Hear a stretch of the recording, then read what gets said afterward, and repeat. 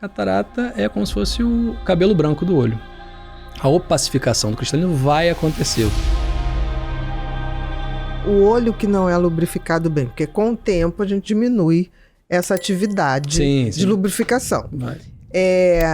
Existe a relação entre, se a gente não contribui com um sistema que vai reduzindo, como tudo vai reduzindo no organismo, isso predispõe a catarata?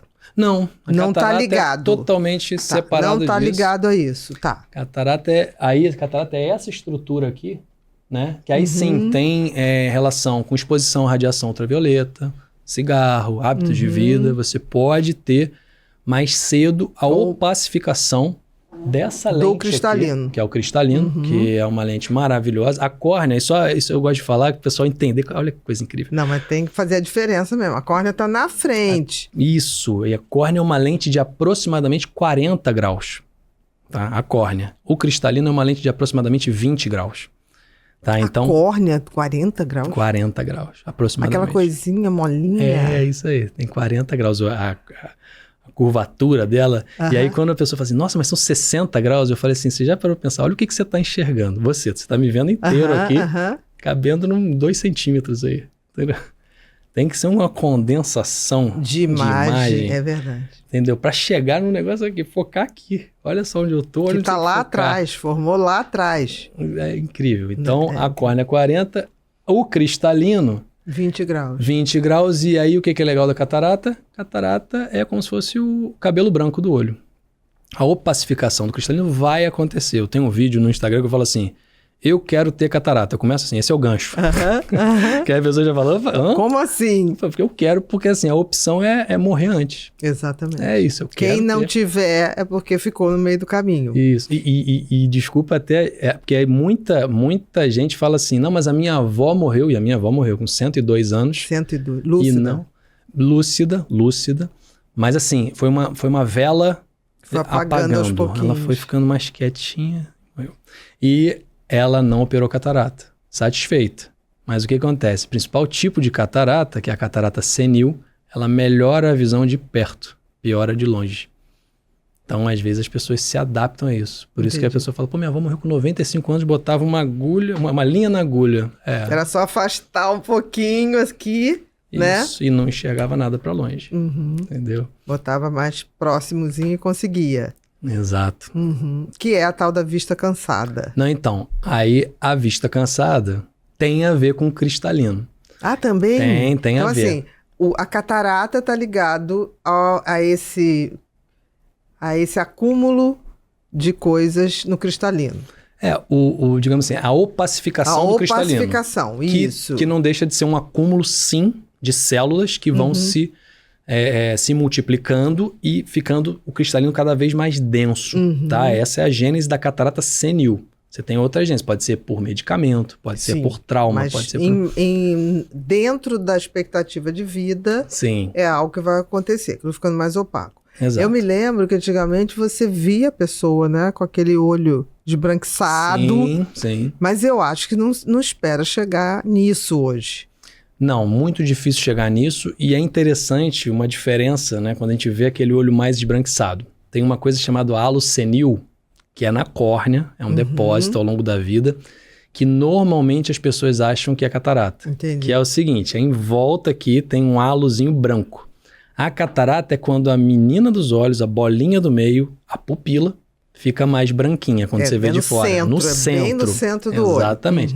Isso é cada vez mais difícil hoje, mas a gente ainda vê. Catarata ainda é a principal causa de cegueira reversível no mundo.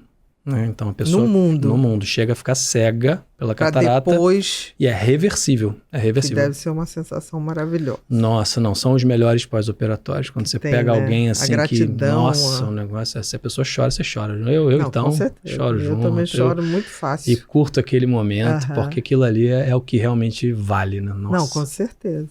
E essa catarata, por exemplo, tem hora certa? Para operar, então. Depende, tá? Assim, a catarata em si tem uma hora certa. Uma hora que você vira e fala assim, olha, a partir desse momento eu vou ter mais risco, tá? Porque ela tá ficando muito dura. Hoje em dia, a técnica que a gente utiliza para cirurgia de catarata é uma técnica minimamente invasiva, que você vai liquefazendo a catarata com energia de ultrassom. Você vai liquefazendo ela e vai aspirando. Amolecendo aquele conteúdo opaco e Isso, tirando. e vai aspirando. E é o mais legal, porque o cristalino, Deus nessa ficou um tempo desenhando. Porque aí ele desenhou o cristalino com uma cápsula. E a cápsula, você faz o seguinte, você abre a cápsula na cirurgia, você tira o que tem dentro e a cápsula está preparada para receber a lente. Entendeu? Então você bota a lente nessa cápsula.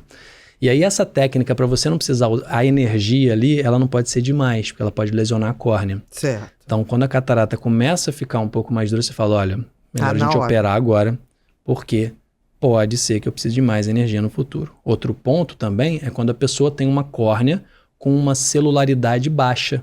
Essa celularidade baixa é um parâmetro de um exame chamado microscopia especular de córnea, que a gente vê, faz no consultório. Se tem poucas células, a celularidade ela é importante para a cirurgia ir bem. Então imagina o seguinte, eu preciso de uma certa quantidade de células. Para poder aspirar. Para eu poder usar a energia e ter a córnea seguramente transparente no pós-operatório. Quando eu vejo um paciente que tem uma catarata inicial, o que eu faço? Uma microscopia especular. Se tem uma celularidade baixa, eu falo... Espera um pouquinho. Não, contrário. Faz agora. Vamos fazer agora, porque a celularidade não aumenta. Ela só vai diminuir. Eu falei, vamos fazer logo. Pô, mas eu não tenho queixa. Olha, se a gente esperar, pode ser que a sua córnea não esteja tão bem para a cirurgia quanto está agora. Então você primeiro examina a córnea, não o cristalino. Tendo a conjunto, catarata, exatamente. Né? Você faz todo o exame oftalmológico, você vê todas essas estruturas que eu estou falando, né? E aí você precisa de alguns exames complementares às vezes. Nesse caso, porque né? Quando que é a hora de operar? Pela visão, né? Vai depender do que o paciente espera. Por exemplo, eu tenho um paciente de 55 anos que chega para mim e fala assim, eu não quero mais usar óculos. E é permitido a gente fazer a cirurgia facorrefrativa, não quero mais usar óculos. Ele vai algum dia operar a catarata. Às vezes ele nem tem a catarata ali. Se ele quiser fazer a cirurgia de catarata, que é a cirurgia mais segura realizada no mundo, pode fazer a cirurgia de catarata para ficar sem os óculos. Entendeu? Às vezes a pessoa fala, é um estigma na minha vida, eu não quero usar óculos. Outros adoram usar óculos. E